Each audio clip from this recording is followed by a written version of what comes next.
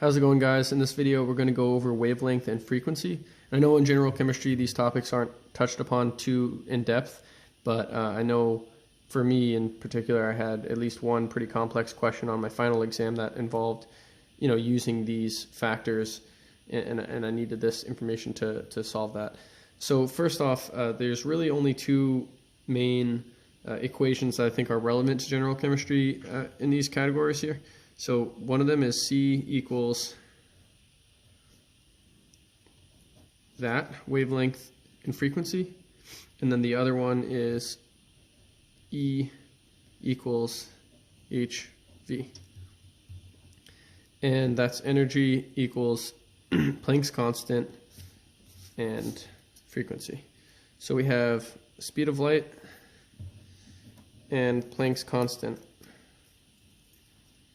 Now, the hard part about these problems, I think, is that the units are kind of wacky and we're not used to using them. Now, the upside is, if you can look at these formulas, you can see that speed of light is a constant, Planck's constant is a constant.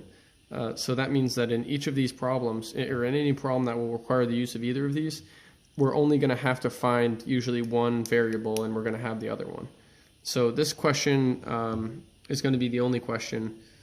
But it's a multi-part question, and I think that this will kind of show the scope of the use of these in general chemistry. Okay, so certain electromagnetic radiation has a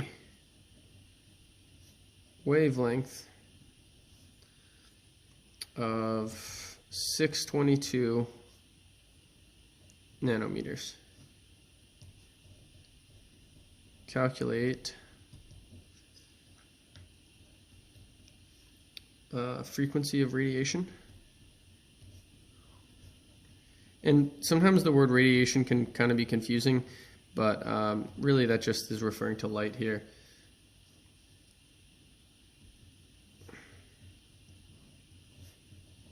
Energy of a photon in joules per photon. Again, that sounds kind of confusing, but it's not too bad once we actually try to do it. And then C, energy of a mole.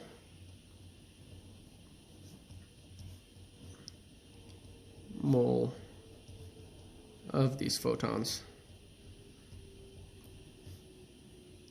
in kilojoules per mole photons.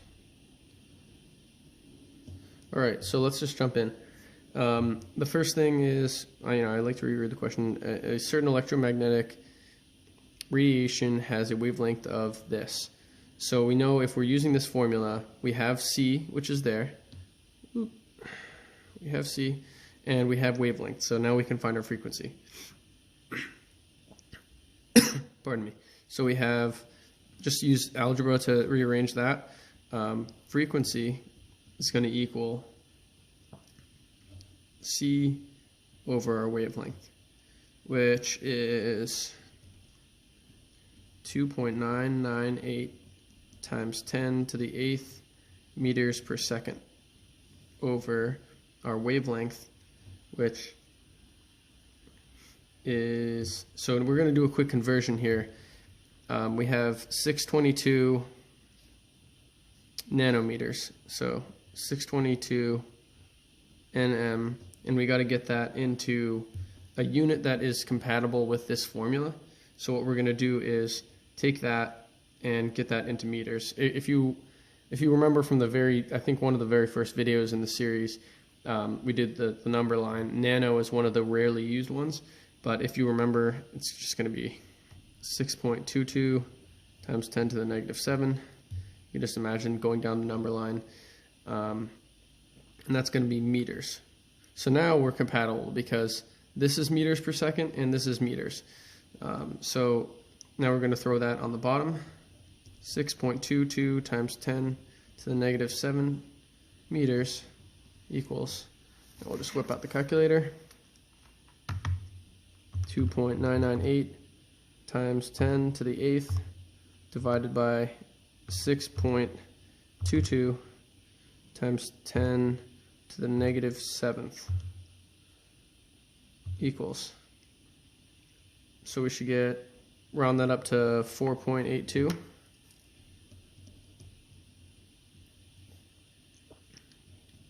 Times 10 to the 14th.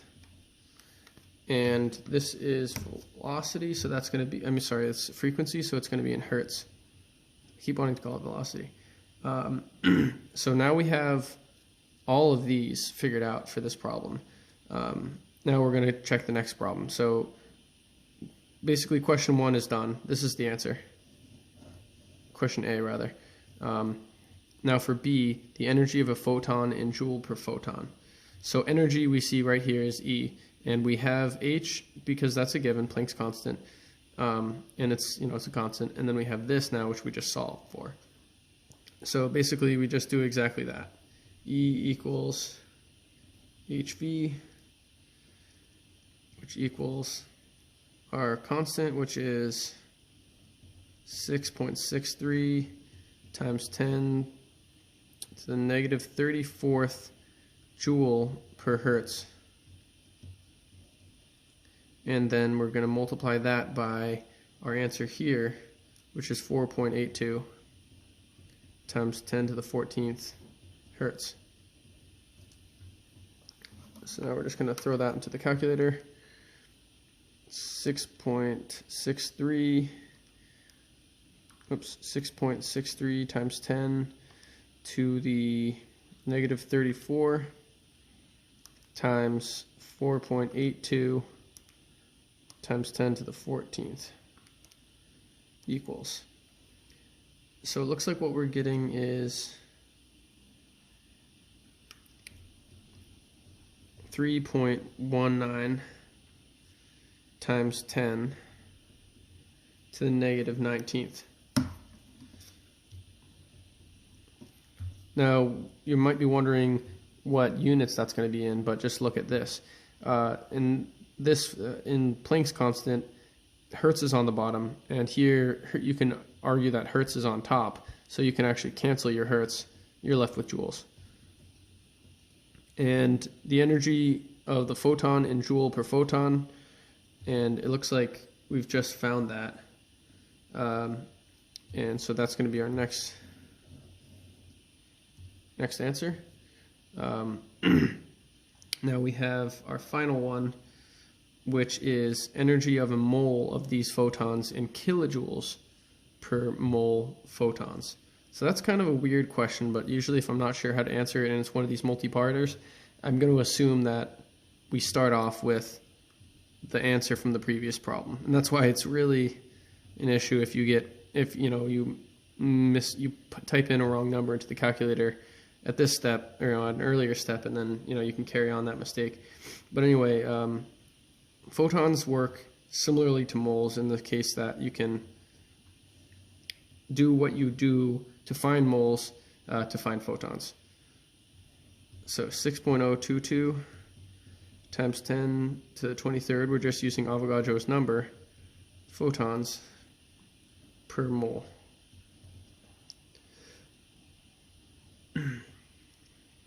Equals. So we will take what our previous answer, multiply it by Avogadro's number, and we're getting this kind of big, kind of weird number, 192,101.8. And what do we have there? So we have joules, moles, and photons going around. We're going to end up with joules here, but we want to end up with kilojoules. So to go from joules to kilojoules, we're going to divide by 1,000.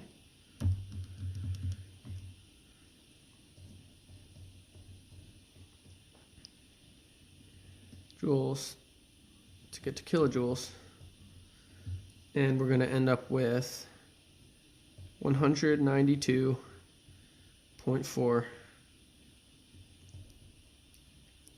kilojoules, and this is kilojoules per mole photon.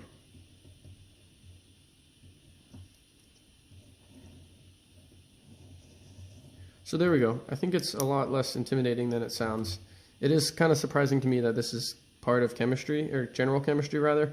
But yeah, I think that once you get into like light radiation and everything, it might become more useful later. And perhaps in physics there might be some overlap. So anyway, yeah, I hope this helps someone.